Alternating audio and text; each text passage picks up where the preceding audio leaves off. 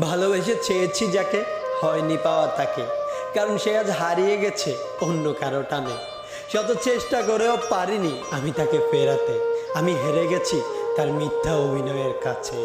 যেই মানুষটা বারবার বলতো ভালোবাসি তোমায়, আর সেই মানুষটাই বলে ভুলে যাও আমায়।